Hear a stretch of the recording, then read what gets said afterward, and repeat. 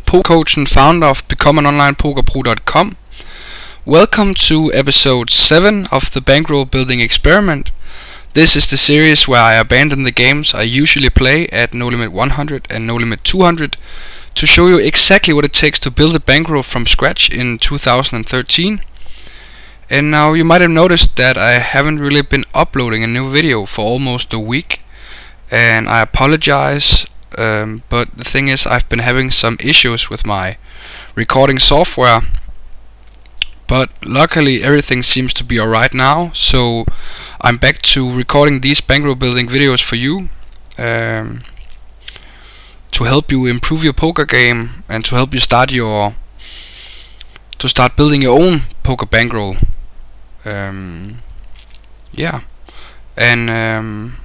Although I haven't been making any videos in the last week, I've been playing a lot, and I've been having some pretty good results. So I figured I'd just start the video off by showing you the results. This is from just playing No Limit 10 in the bankroll building experiment. As you can see, we've been playing 30,000 hands, and we're up like 22 buy-ins, which is pretty good.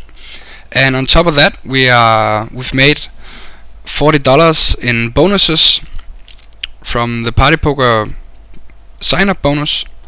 So we've made more like 26 buy-ins actually. And it only really took like 2 weeks. As you can see, we've only played for 12 days. And I just wanted to show you the results for the entire bankroll building experiment so far. That's both No Limit 4 and No Limit 10. And as you can see, we're now up by $274. And on top of that, we have to add the $40 from the bonus. So the bankroll overall now sits at $506, which is 20 buy-ins for No Limit 25. So I'm ready to take a shot. I have 20 buy-ins. So I figured the rest of this video would be me commentating some live play at No Limit 25. So I'll be right back whenever I've found some tables. So I'll see you.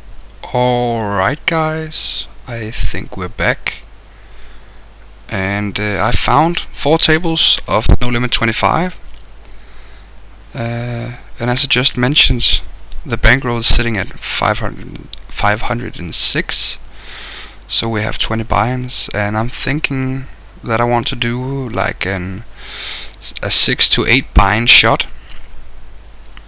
So if I lose more than 200, I'm going to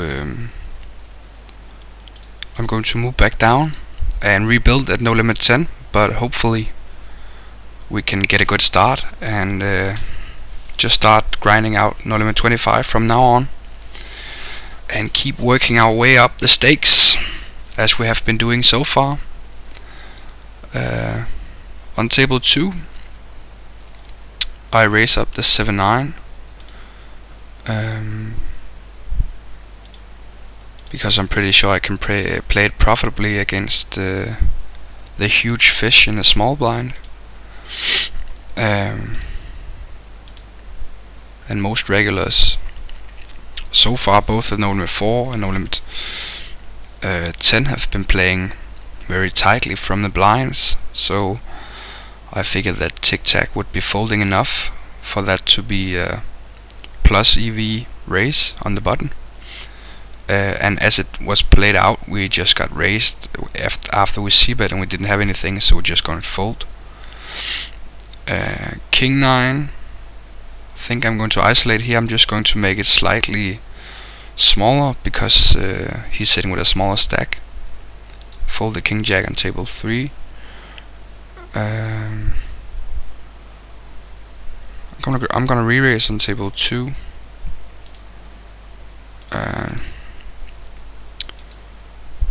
Just gonna make it 3.5x from the blinds here when he min raises. I don't really know anything about this guy yet, this Hex 100 on table 4. So instead of calling, I'd rather 3-bet and take the initiative.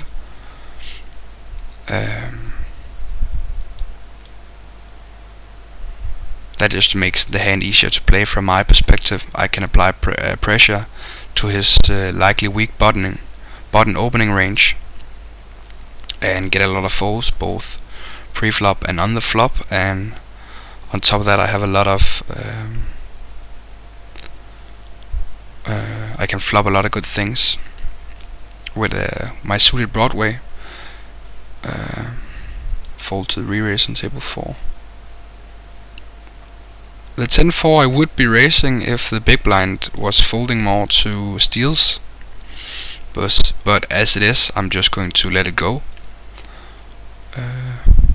My general standards when moving up is to play tightly. Just play very cautiously until you get a feel for how the stake is playing, and yeah, what everyone is doing. Whenever you are moving up, you're likely taking a shot. You likely have like 3 binds, 5 binds, or in my case like 8 binds before you have to move back down and grind it all back up. So getting up to a new limit, taking a lot of risk, and playing like a madman is likely not going to be the best thing to do with your shot. So I'd rather just sit back, play tightly, make a few tight folds instead of trying to make huge call downs and run big bluffs. This is a pretty standard c-bet with the overcards against the fish who's folding a lot to c-bets. I think I min-raised up there pre-flop. That should have been 3x. That's a mistake. 8-9 is borderline on table 2, but as I said, I'm going to play tightly, fold it. Definitely continue betting here on table 1. Like he's calling still with any pair from the flop, I think, and any kind of hand that has just one spade. Now when he does min-raise this turn, I'm thinking that he has a flush more often than not. It doesn't really make sense for him to turn a made hand into a bluff. Most fish don't do that at all, and since it looks like he is pretty passively he's playing 54-8, I'm just going to give him the benefit of the doubt in this situation, just fold it and move on. If I knew that this player was likely raising the turn with all kinds of random hands, I'd definitely continue in that spot, just because it's hard for him to ever have the 10, so the only thing that really makes sense raising is the flush. But as it is, I think a fold is fine. I'm gonna re-raise the ace-king here against the pre-flop opener. I think that's pretty standard. I'm gonna raise up king 9 on table 3, fold 9-3 on table 4, and on table 1 we get 4-bet with ace-king in this situation against a player who has 3-bet before in our sample. We can't really get away from that hand when we do 3-bet and get 4-bet, unless we're playing against a guy who's really tight. That's just a bad spot to fold when we have put so much money into the pot. And in this situation we did get lucky and suck out on kings, which is always very nice when you're taking a shot to run good in these all-in situations. So yay, great start. It's just unlucky there to run into ace-king against a player like that. There's not really much to say in that spot, I don't think. Ace-king here on table 2, again as a re-raise. And on table 1, flop a pair, so I'm going to lead out. Now on table 2, with so much money already in the pot, and this fish calling with all kinds of random hands, we are likely, as we're already all in this spot, there's so much money out there, Ace King has so much equity against pretty much anything he has. I think he's probably calling with random Broadway hands, and those situations we are even a favorite, so getting it all in that situation is mandatory. He did have tens, so we managed to hit once again, which is great. Great start, sucking out left and right, that's always nice. Folding the queen 9 and raising up the ace queen with the fish in a small blind.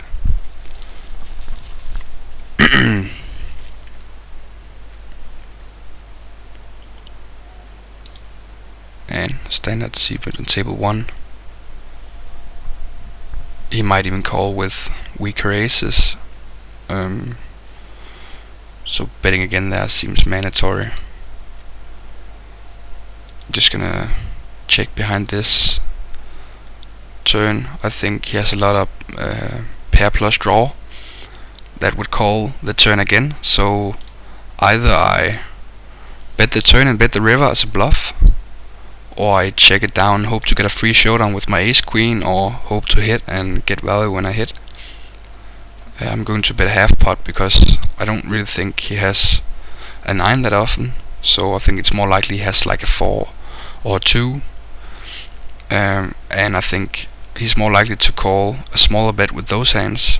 In this situation he did have tens, which is pretty weird since he just called and checked down the turn and the river, so he's definitely very passive, and now this just reinforces my read that he would probably had a flush when he raised on the turn before, since he's playing a hand that strong so passively. Just gonna min raise here because we have a small blind on table 3 in the blinds, and fire standard c-bet on table 1. We have a gotcha, we have an overcard, and we take it down, and we get folds on table 3. We're off to a flying start. This is good, this is good, this is good. Before, while I was just loading up the tables, I had aces against a small stack on table 2, and I re-raised him and he just called, and he only had like less than a pot size bet left when we hit the flop, so just with the ace king hand I just put him all in, and he called it off with like ace high, so we won a nice pot there as well. King 8 suited against a short stack, just too weak. You might 3-bet it some of the time, but not really against a guy like this. I don't expect him to be folding a lot, and to be fair, I'd actually rather have like King 10 suited for a 3-bet, so a fold is fine.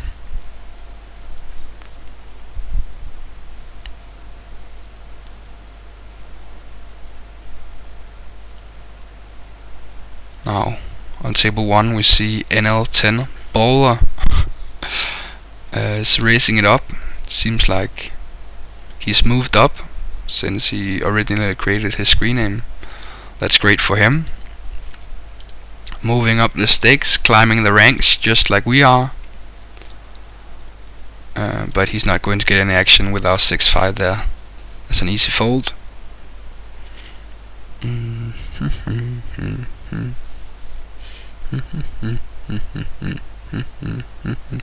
Ace 3 is an easy fold again. Not really too much going on these tables. I guess I could overall talk about how the NL10 games were playing. I think it was pretty much, there was a lot of similarities between NL4 and NL10. Loads of fish, loads of very very tight regulars, so overall good games. This is my first session playing NL25 on party, which is actually the stake I originally started on back in 2006, 2007, when I was first building my bankroll here with the 3-9. I'm just going to min raise it up because he's folding to steals from the big blind 70% of the time. So I can min raise any 2 cards there and profit in that situation. So yeah, as I was saying, when I was starting out building my own bankroll, I started out at the lowest stakes, and at that time NL25 was actually the lowest stake. Same thing here again. I expect these 2 guys to be folding so often that I can just min raise the button and show an immediate profit. And with a full pot dunk bet, we don't have 2 overcards and a fish behind. I'm just going to fold on table 1.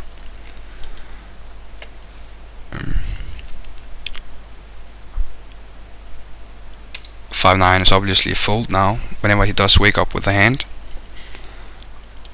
And yeah, I remember playing those stakes. In my first month, I made like 25 binds, so I moved up to no limit 50. The next month I made 25 binds at no limit 50, so I moved up to NL100. And it just continued like that up until no limit 400. And at that point I had some issues. I broke even for a month, so I decided to move back down to 200 and work on my game, and I've been playing those limits ever since. 100, no limit 100 and no limit 200, and mixing in a bit of no limit 400 every once in a while, but I've never really been able to break through. But I'll continue trying as long as I'm playing this game, but obviously not when I'm doing this bankroll building experiment for you guys. That was just a short story of the start of my poker career, I guess. A6 suited, easy raise on the button. We get 3-bet for the first time, but this Abraham guy on table 3, we don't know anything about him. We could go ahead and 4-bet since we do have an ace, but again, we don't know anything about him, and we're trying to move up, so I like the slightly more nitty approach, so we're just going to make a fold here. Table 2, decent flop to just take a stab and try and take it down. We do have a backdoor straight draw and a backdoor flush draw, so we can barrel some turns. So I think that's definitely going to be a profitable lead there. Again, ace 5, gonna min raise it.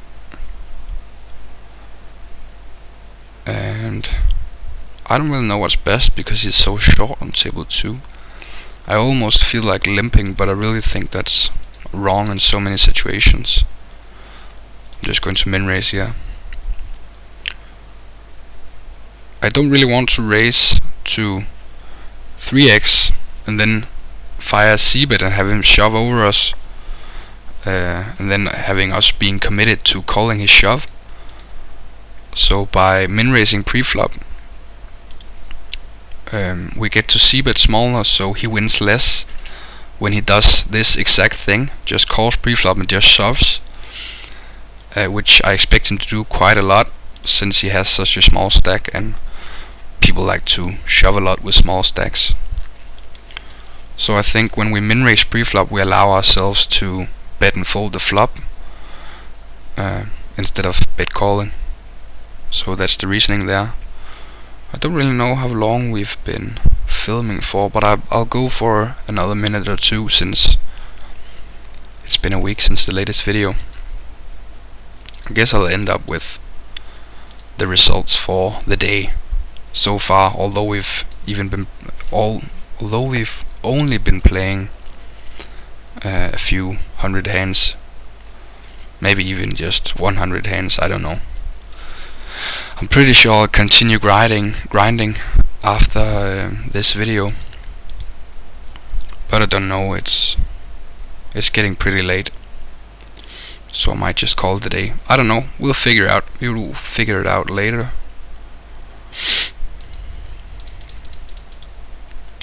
Jack 2 and table 3, probably going to be a fold. If the small blind limps in though, I'm definitely going to raise it up. I found that whenever people are limping in, you can just raise them up. When they're limping in from a small blind and it's folded around, you can just raise them up and they'll fold a ton. And if they do call, they'll fold a ton to flop c-bets. So that's another situation where you can pretty much insta profit with any two cards. So you guys should definitely be looking out for those spots. And whenever there's a raise on the button, we're just going to go ahead and fold it. 7-6 is a fold from the cutoff on table 1. Yeah, I think this is going to be it, guys. Thank you so much for watching. This has been Steffen from becomeanonlinepokerpro.com, and I'll talk to you guys soon. Bye.